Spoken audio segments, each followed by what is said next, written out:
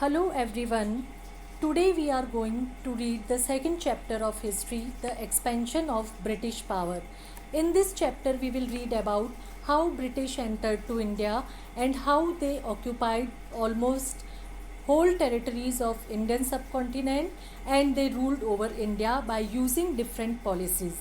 Children, we have already read in our previous classes that India was very rich country at that time and it was very famous for so many things like spices, silk, cotton, indigo, saltpeter, etc.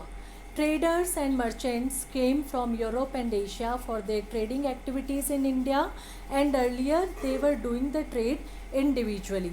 Then European countries began to form trading companies, and in 1600 Queen Elizabeth I granted a charter, means she granted and written and signed order to establish English East India Company in the India for the which gave the exclusive right for the trading activities with the East. Now from 17th century, trading companies from Portugal, Holland, England, France and Denmark also started to set up their trading centers in the different parts of the India. They were known as factories because official of the companies were known as factors. Now all of them wanted to buy large amount of things in lower price from India and make huge profit and monopolize the trade. Now the profit earned by the British began to shrink. That means that profit was becoming less, and these companies started fighting with each other for their supremacy. Now have a look on the map. You can easily see that how different countries set up their trading centers in India. The most important thing in this map is that the first each and every country set up their trading centers in the coastal parts of India. There was an unhealthy competition took place, and the Portuguese, the Dutch and the Danes were driven out. Finally the British defeated France in Carnatic War and established their supremacy. After the death of Aurangzeb, Mughal Empire became weak and Bengal was the richest province of India at that time. Taking advantage of it, the company intensified trade in Bengal. That means company started expanding their trade activities in Bengal. Mughal Emperor granted the company the right to duty free trade, means company had not pay any kind of tax for the trading activities. Officials also stopped paying tax, which resulted in great loss of revenue to Bengal. Now Alivardi Khan led two conditions. The first condition was the officials who were engaged in the private trade had to pay tax. That means those who were doing the private trade in India, they have to pay taxes. Second, the company was not allowed to extend their fortification. That means now company was not allowed to establish new trading center and making wall for their protection. Though after the military succession against the French, the company became more confident and it decided to annex territory in India. Now in 1756, when Sirajuddaula became Nawab, he asked company to remove all its fortification in Calcutta, but the company refused to do so. Then Nawab sent his troops means a group of soldiers, and occupied the company's factories. By this, British decided to depose him and wanted to make a puppet Nawab. That means puppet Nawab means actual powers were in the hands of British and the Nawab was only in name. In 1757, the armies of Sirajuddaula and British met at Plassey. Mir Jafar and Jagat Seth, those were the most important person of Sirajuddaula's army. They did not take part in the battle, and the British force were led by Robert Clive. Sirajuddaula was defeated and Mir Jafar was made the puppet Nawab. This battle was very important in history because this gave a pave to the British to become supreme political power in India. Now Mir Qasim was made the new Nawab of Bengal. He gave right to collect taxes from Burdwan, Midnapur and Chitgaon district to the British as reward. After some years, he tried to free himself from British control. He abolished all duties on internal trade. Internal trade means the trade which were doing by the Indian traders, and it was not acceptable by the British as it ended their trade monopoly and affected their profits. Now the British decided to depose him. British defeated Mir Qasim in a series of wars. In 1764, he fled to Awadh and met with Shujauddaulah and Shah Alam II. The combined armies met at Buxar. Indian army was defeated. A treaty means written agreement was signed and the British were given Diwani right, again the collection of tax of the Bengal, Bihar and Awadh. Shujauddaulah had to pay 50 lakhs rupees for war damages. Mir Qasim was deposed and again Mir Jafar was made Nawab. This battle exposed the weakness of the Indian armies. Now Mughal emperors became dependent upon the English East India Company. Now total financial control of the rich eastern provinces gave the company lot of resources for the further expansion, because now company became very strong in the Indian territory. After the Battle of Plassey and Buxar, the English East India Company became the real ruler of Bengal. Now the British introduced the policy of dual government.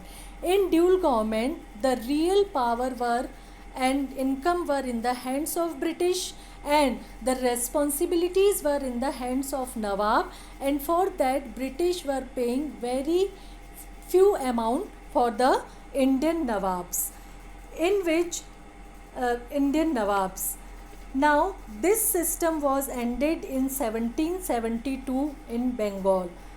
Under the Governor General Warren Hastings, further expansion were taken place between 1766 to 1799. 4 Anglo-Mysore War were fought and Tipu Sultan was died defending his capital Seringatpatnam. Tipu Sultan and Hyder Ali, those were the most powerful ruler of the Mysore. Then British and Marathas fought 3 Anglo-Maratha wars in 1817 and 1819. In third Anglo-Maratha wars, they destroyed the Maratha power completely. Then under Lord Wellesley, further expansions were taken place.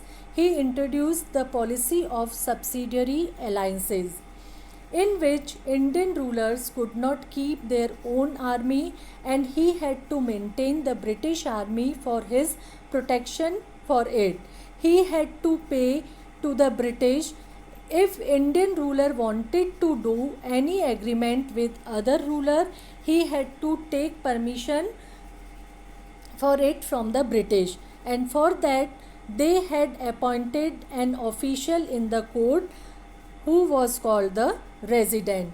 This was very profitable for the British. Nizam of Hyderabad, Awadh and many chiefs of Rajputana also accepted subsidiary treaty. By it British became the super political power in India. The British also conquered Java, Sumatra from Dutch. They also occupied Singapore and kingdoms of Nepal and Burma. Now in 1848, under Lord Dalhousie, the system of doctrine of lapse was introduced. In this policy, if any Indian ruler died without a natural heir, that means if the Indian ruler did not have any real child, then his or her kingdom will be automatically annexed to the British provinces. They annexed Nagpur, Satara and Jhansi. By this mean, the British conquered so many territories which were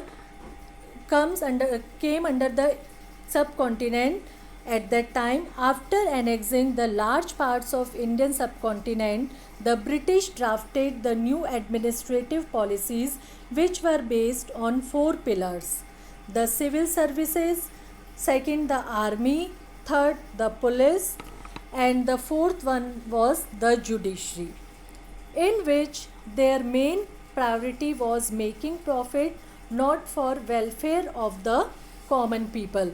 The British divided the territories into provinces. They were known as presidencies, like Bombay, Madras and Bengal. They were headed by Governor General, and districts were looked after by collectors. Civil service: Lord Cornwallis introduced strict regulations for the official by raising salaries and linked promotions to seniority. To train young men for it, Lord Wellesley set up Fort William College at Calcutta. Earlier, civil servants were nominated by the directors of the company, but now they had to pass an examination which was very difficult for them, because this examination was held in London. Second, the medium of examination was English, and the third one was the passing age of this examination was very low.